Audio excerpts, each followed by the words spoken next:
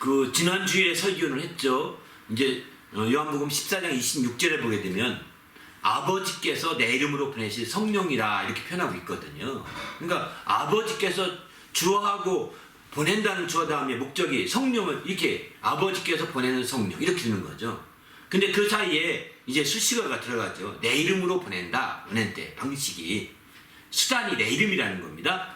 그 요한복음 14장 그 부분에 대해서 이제 지난 주일에 설교했고 이번 주일에는 요한복음 15장 26절에 보게 되면은 내가 보낼 보혜사 성령 이렇게 말하거든요. 그때 거기에 또 하나 수단이 있습니다. 아버지께로부터라고 들어가 있어 수식어가.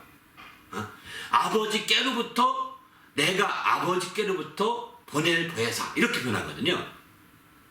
그러니까 그 말씀을 그냥 보면 주어가 두 개입니다. 하나는 아버지고 하나는 아들이신 거죠. 그래서 성령을 보내는 데 있어서 아버지의 관점이 다르고 아들의 관점이 다른 것처럼 성령을 보내는 주체가 아버지와 아들로 둘이 이원하게 돼 있는 것처럼 이렇게 보인다고요. 요한복음 14장 26절과 요한복음 15장 26절에 보게 되면 이것을 우리는 어떻게 해야 될 것이냐. 이 문제 때문에 많은 사람들이 이제 뭐 했죠. 그냥 특별히 먼저 이제 좀 이 내용을 좀 더 설명을 드리는 게 좋겠네. 신학적인 설명보다는.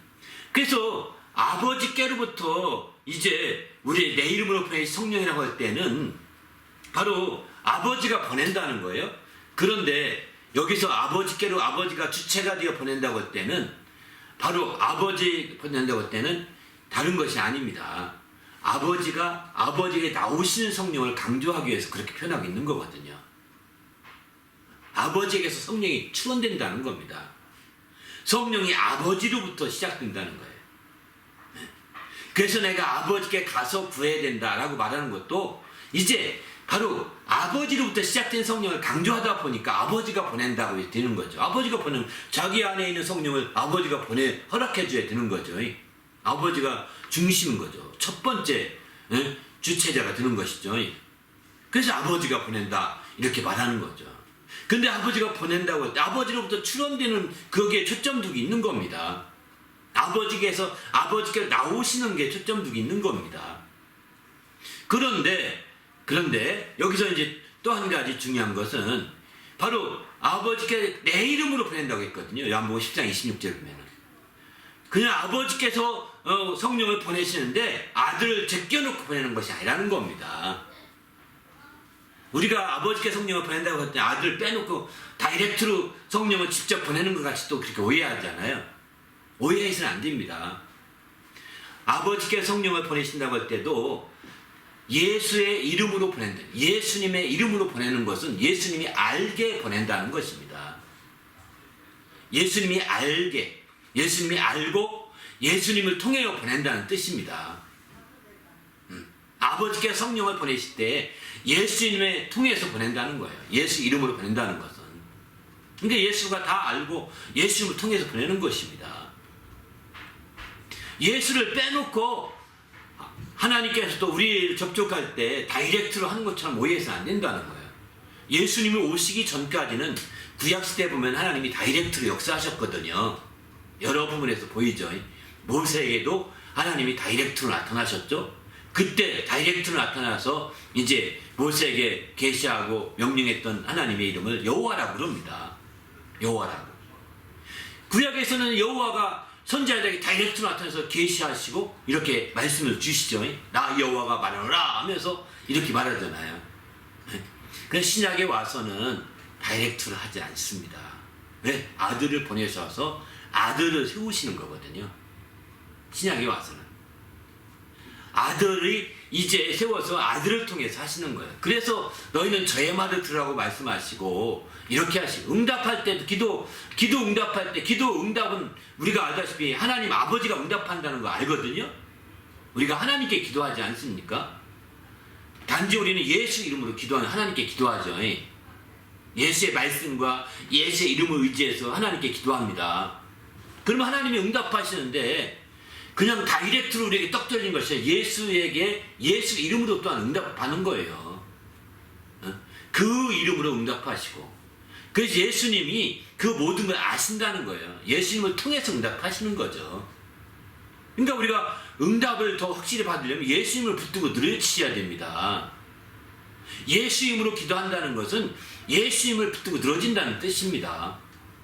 예수를 초월해서 막 가서 절간에 가서 기도하고 우상 앞에 기도하지 막 그렇게 다이렉트로 기도하려는 사람들이 많은데 이건 다 이방인의 기도죠. 그러니까 구약시대도 이렇게 다이렉트로 기도했습니다. 예수님이 오시기 전에.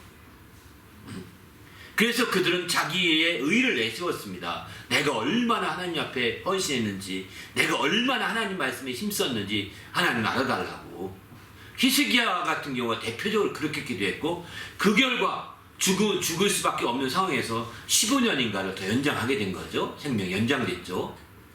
바로 그런 기도, 이방인의 기도는 거의 대동소이합니다. 그는 신약에 와서 예수님이 이 기도를 바꿔주고 이제부터는 내 이름으로 기도하라. 요한복음 16장 24절 이렇게 말씀하거든요. 내 이름으로 기도하는 거예요. 예수로 응답받는 거예요. 이게요 엄청 큰 차이가 있는 거죠.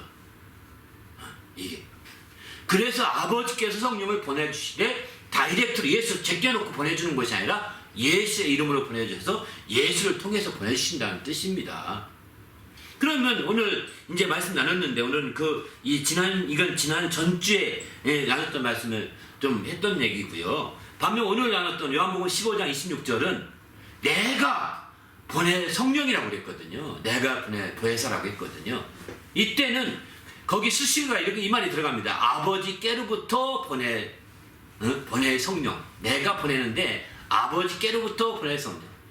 여기 아버지께로부터라고 하는 이유는 뭐냐면 성령이 아버지께로부터 나오시는 걸 강조하려고 얘기한 거예요. 내가 성령을 보내는데 아버지께로부터 받은 성령이다.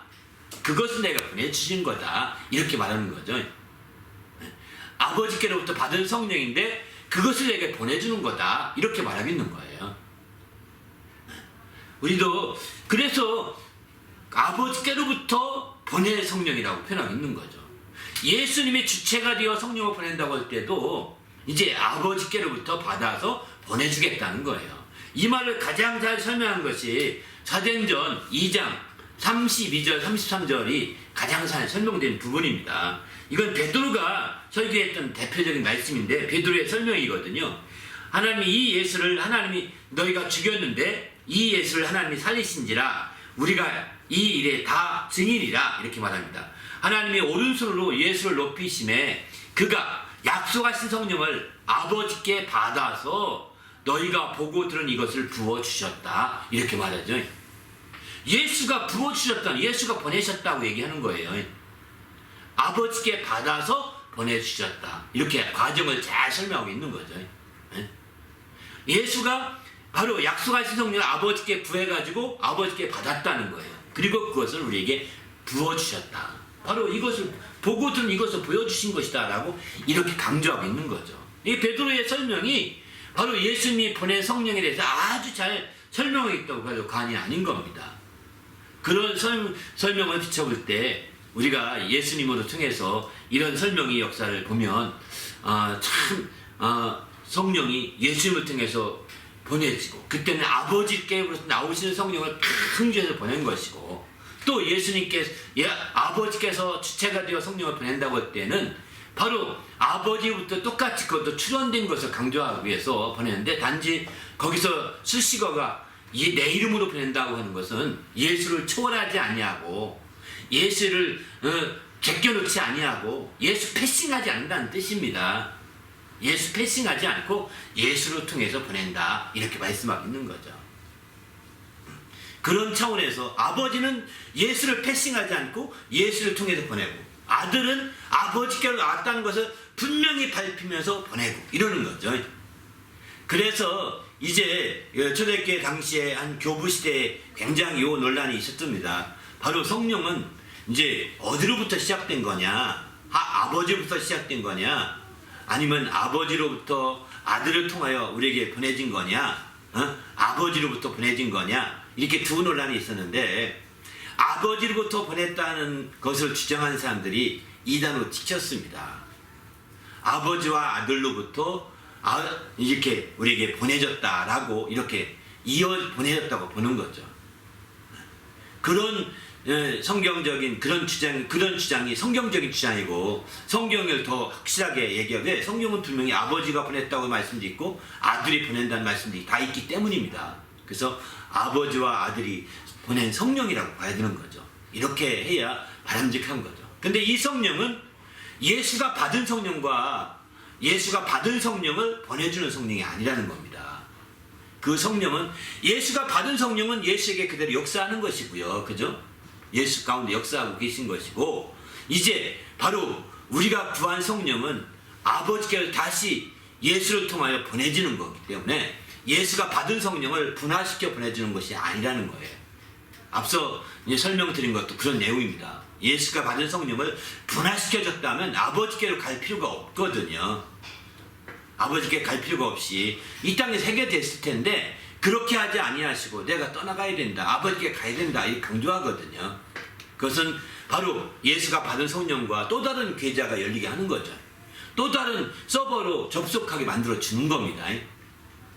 이해되시죠? 그렇게 해서 마침내 성령을 받을 수 있는 길이 됐고 성령을 보내주시게 되는 거죠. 그래서 설명이 너무 길었나요?